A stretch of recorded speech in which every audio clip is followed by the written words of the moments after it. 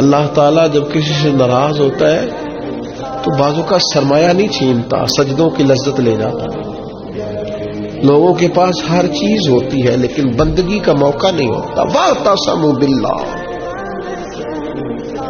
सबके लिए टाइम हो, और अगर बंदे के पास सजदा करने को टाइम ही ना हो, देर तक दुआ मांगने को टाइम ही ना हो।